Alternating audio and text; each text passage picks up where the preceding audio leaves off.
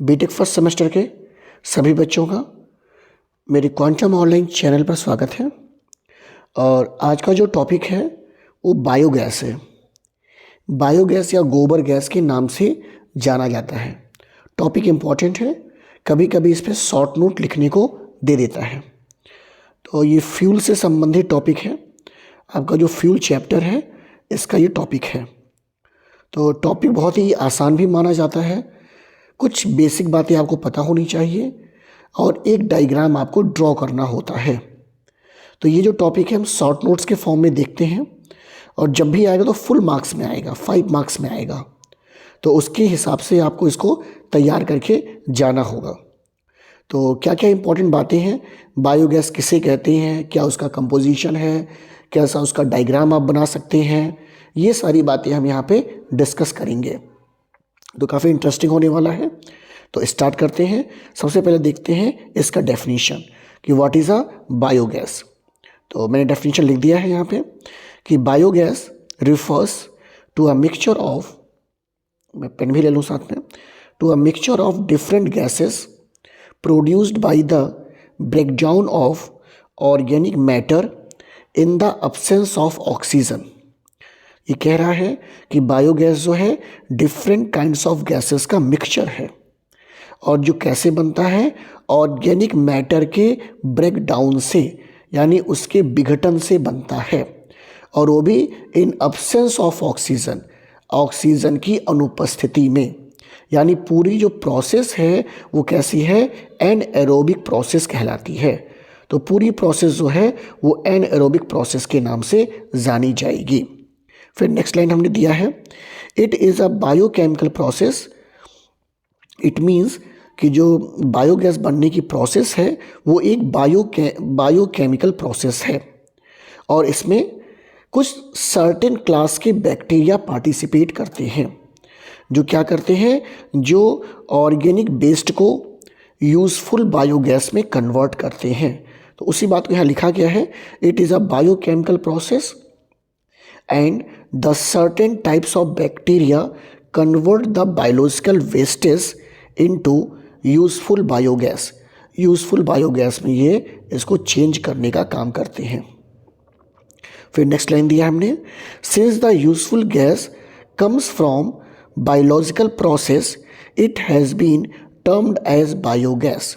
इसका बायोगैस नाम क्यों है, तो इसका बायोगैस नाम के पीछे क्या कारण है उसको यहाँ पे लिखा गया है। क्यों? क्योंकि जो गैस है बायोलॉजिकल प्रोसेस के थ्रू जो है हमें प्राप्त होती है, इसीलिए हम इसे क्या कहते हैं, इसीलिए हम इसे बायोगैस के नाम से जानते हैं। और इसका जो सबसे इम्पॉर्टेंट कॉन्स्टिट्यूएंट्स होता है, जो इम्पॉर्टेंट पोर्शन होता है गैस का, वो मीथेन होता है। तो अगली लाइन उसी को दिया गया है, यहाँ देखिए, methane is the main constituents of biogas. तो ये मीथेन जो है, मीथेन का फार्मूला जानता सब कोई ना है, CH4। तो मीथेन जो है एक इम्पॉर्टेंट इसका कॉन्स्टिट्यूएंट्स है, संघट्ट कहते हैं हिंदी में। तो ये जो है मीथेन है, इस बात को भी सबको ध्यान रखिएगा। अब देखिए मैंने एक डायग्राम दे दिया है। इतनी बातें लिखने के बाद आप एक डायग्राम को ड्रॉ कर सकते हैं। डायग्राम बहुत ही आसान होता है, डायग्राम को समझ लेते हैं पहले। देखिए यहाँ से ये पूरा इतना पोर्शन देखिए, इसके नीचे का पोर्शन अंडरग्राउंड है, आपको दिखाई नहीं देगा, केवल ऊपर का पोर्शन जो है आपको दिखाई देगा, बाकी का पोर्शन आपको दिखाई नहीं देगा। तो अब स्टार्ट करते हैं, देखते हैं। देखिए सबसे ऊपर देखिए, यहाँ पे ये मिक्सिंग टैंक है, ये जहाँ पे जो गोबर होता है कैटल का और वाटर को मिक्स करते हैं। तो हम लिखे हैं slurry of cattle Dang and water. Cattle डंग का मतलब गाय, जो जितने भी एनिमल्स हैं उनके अपशिष्ट पदार्थ, उसको हम लोग कहते हैं कैटल डंग। फिर देखिए ये ग्राउंड लेवल को बता रहा है, जिससे आपको पता रहे ये सब कुछ ग्राउंड के ऊपर है। फिर जो दीवार होती है इसे हम कहते हैं इनलेट चैम्बर। देखिए लिखा है इनलेट चैम्बर, तो ये इनलेट चैम्बर है, मतलब अंदर का चैम्बर है।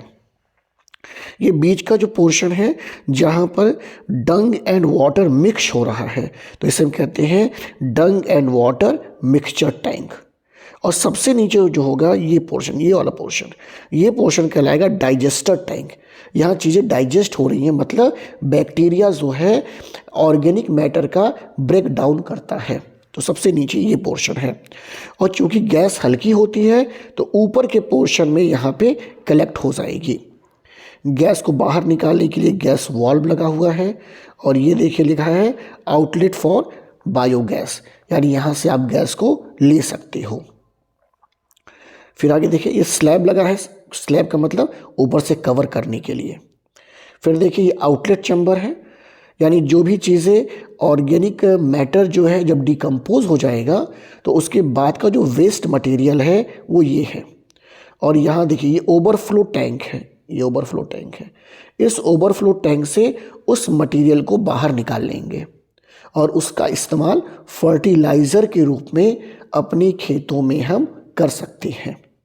तो जो भी यहाँ पर ओवरफ्लो टैंक में मिलेगा। तो ये पूरा का पूरा जो है आपका फिक्स्ड डोम टैंक है। ये दो तरह के टैंक है इसमें, एक फ्लोटिंग टैंक भी आता है, तो ऊपर एक टैंक लगा होगा।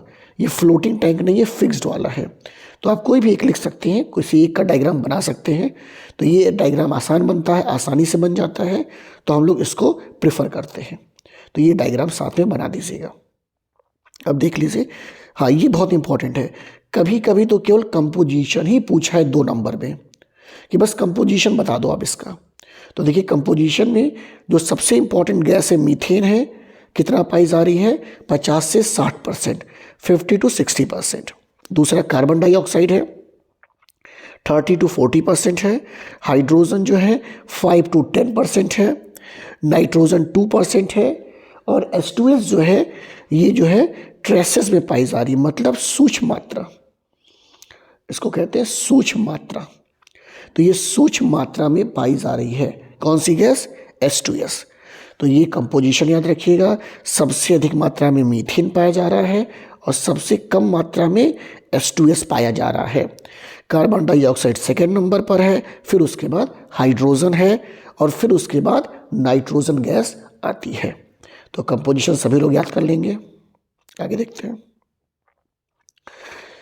यूज्ड रॉ मटेरियल्स, हम लोग जो है किस किस रॉ मटेरियल का इस्तेमाल करते हैं बायोगैस को बनाने के लिए। तो कौन कौन से रॉ मटेरियल यूज्ड होते हैं उसको यहाँ पे लिखा गया है। तो लिखा गया है biogas can be produced from raw materials such as agriculture waste. Agriculture waste का मतलब है कि जितनी भी एग्रीकल्चर से मिलने वाले वेस्ट मटेरियल हैं, manure, municipal waste, plant material, sewage, green waste. यहाँ देखिए ग्रीन वेस्ट लिखा हुआ है, ये देखिए ये ग्रीन वेस्ट लिखा है।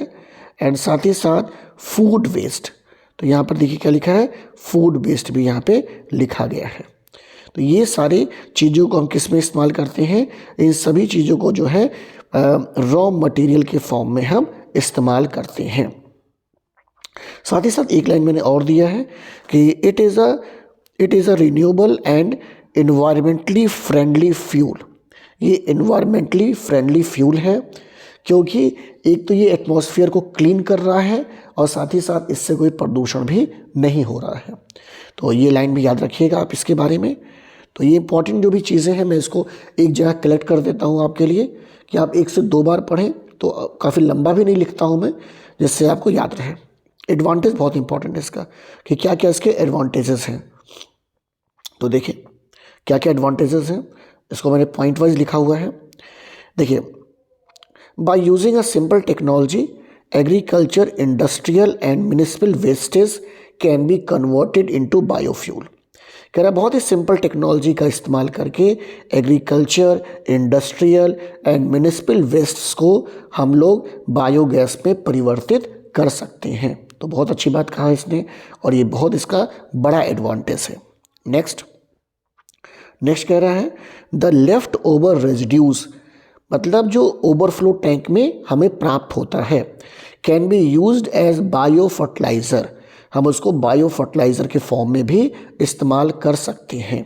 अगला, biogas can be used for cooking purposes by direct combustion. Biogas को आप डायरेक्टली इस्तेमाल कर सकते हैं, इसका डायरेक्ट आप कंबशन कर सकते हैं। इसको कहीं कुछ और करने की आवश्यकता नहीं होती है, मतलब ना ही इसको आपको कहीं किसी में मिक्स करना, अनदर गैस में मिक्स भी नहीं करना है, ना इसको प्यूरिफिकेशन करना है, सीधा सीधा जो है आप इसका कंबशन कर सकते हैं। तो ये लिखा गया है। Next, it can be purified to yield good grade methane. अगर आपको मीथेन गैस अलग से चाहिए, केवल मीथेन चाहिए, तो आप क्या कर सकते हैं, इसका प्यूरिफिकेशन करके एक अच्छी क्वालिटी का मीथेन गैस प्राप्त कर सकते हैं। तो ये बात जो है यहाँ पर लिखी गई है। एंड द लास्ट पॉइंट देखिए क्या है, the compressed biogas can be used as automobile fuel. जो कंप्रेस्ड बायोगैस है, जैसे नेचुरल गैस को आप कंप्रेस्ड कर देते हैं तो वो CNG कहलाता है, कंप्रेस्ड नेचुरल गैस। ऐसे ही बायोगैस को भी आप कंप्रेस्ड कर सकते हैं और उसका इस्तेमाल किस में कर सकते हैं, बायोफ्यूल के फॉर्म में कर सकते हैं। तो ये कुछ मैंने एडवांटेज लिखा है जिससे आप आसानी से याद कर सकते हैं। 6 एडवांटेज मैंने लिखा हुआ है। नेक्स्ट देखिए, एक मैंने डायग्राम आपको दिया है कि जिससे आप समझ सकें कि वास्तव में बायोगैस दिखता कैसे है। तो देखिए ऊपर का पोर्शन देखिए बस इतना ही है, बाकी सब नीचे का पोर्शन है ऐसा। और देखिए आप पाइप लगाई गई है, इस पाइप से क्या कर सकते हैं, बायोगैस को प्राप्त किया जा सकता है। तो ये मैंने एक डायग्राम बना दिया है, लगा दिया है, जिससे आप समझ सकें कि बायोगैस का प्लांट जो है किस प्रकार से दिखाई देता है। तो एक छोटा क्वेश्चन है और इसको आप आसानी से देख सकते हैं, कई बार आपने पढ़ा होगा। तो ये एक आसान टॉपिक है, सारे बच्चे इसको तैयार कर लें। अगला जो टॉपिक होगा फ्यूल के आगे के टॉपिक में आपको बताऊंगा। तब तक के लिए थैंक यू, धन्यवाद। और लाइक करना बिल्कुल भी ना भूलें, सब्सक्राइब करें चैनल को, और भी बच्चों को चैनल सब्सक्राइब करने के लिए बोलें आप। Then okay, thank you.